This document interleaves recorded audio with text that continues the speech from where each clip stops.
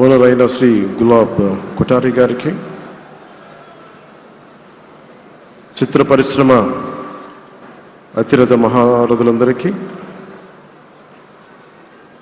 శ్రీ రామాచార్య గారి కుటుంబ సభ్యులు, వారి అబ్బాయి శ్రీ సుమన్ గారికి, శ్రీమతి శైలజా కిరణ్ గారికి, శ్రీమతి విజయేశ్వర గారికి, రామోజీరావు గారి మనవలకి మనమనాలకి ప్రత్యేకించిన హృదయపూర్వక నమస్కారాలు.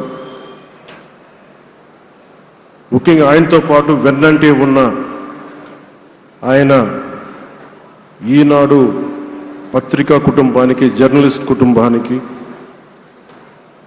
వారందరికీ కూడా నా ప్రత్యేక హృదయపూర్వక నమస్కారాలు. రామోజీరావు గారి గురించి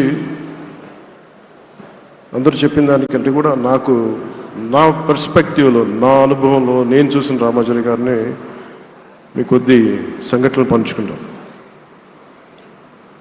రామోజీరావు గారు నాకు సినిమాలు ఉన్నా కానీ నాకు పరిచయం లేదు. ముందు ఆయన స్టూడియోస్లో చేసినా కానీ ఫస్ట్ టైం పాలిటిక్స్కి ఎంటర్ అయిన తర్వాత 2008లో ఆ సమయంలో ఆయన కలవటం జరిగింది.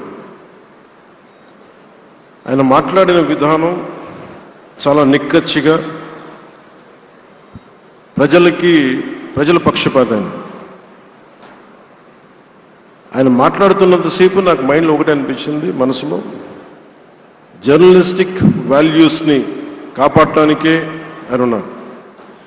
ప్రజాక్షేమం, ప్రజా సంక్షేమం, ఈ పర్స్పెక్టివ్లోనే, ఈ కోణంలోనే ఆ చర్చ జరిగింది. నన్ను ఒకే ఒకసారి ఆయన 2019లో ఒక లంచ్కి ఆహ్వానించారు వారి కుటుంబ సభ్యులతోటి. ఆ రోజు ఆయన మాట్లాడింది దేశ పరిస్థితులు, ముఖ్యంగా పత్రికా స్వేచ్ఛ గురించి, పత్రికా రంగం ఎంత కీలకమైంది, ఆయన ఎప్పుడూ కాంప్రమైజ్ అవ్వలేదు. ఒక విషయం చెప్పాలి అంటే అది తనకి తెలిసిన వారు అవ్వచ్చు, తన సన్నిహితులు అవ్వచ్చు, స్నేహితులు అవ్వచ్చు, కుటుంబ సభ్యులు అవ్వచ్చు, జనం కోసం వచ్చేటప్పటికి నిష్పక్షపాతంగా చాలా నిర్దాక్షిణ్యంగా ఉంటుంది ఆయన ఆలోచన పరిధి. అదే ఆయన ఈనాడు పేపర్లో రిఫ్లెక్ట్ అవుతుంది.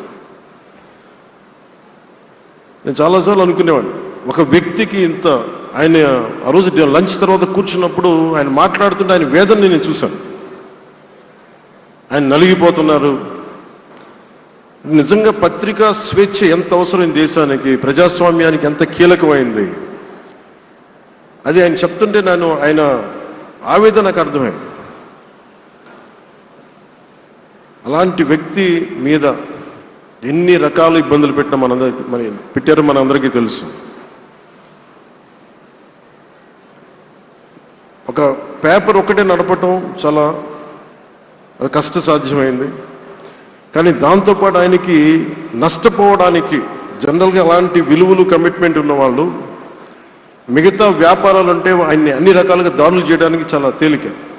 అలాంటి దాడుల్ని తట్టుకుంటూ యాజ్ ఎ జర్నలిస్ట్ ఆయన అన్కాంప్రమైజింగ్ యాటిట్యూడ్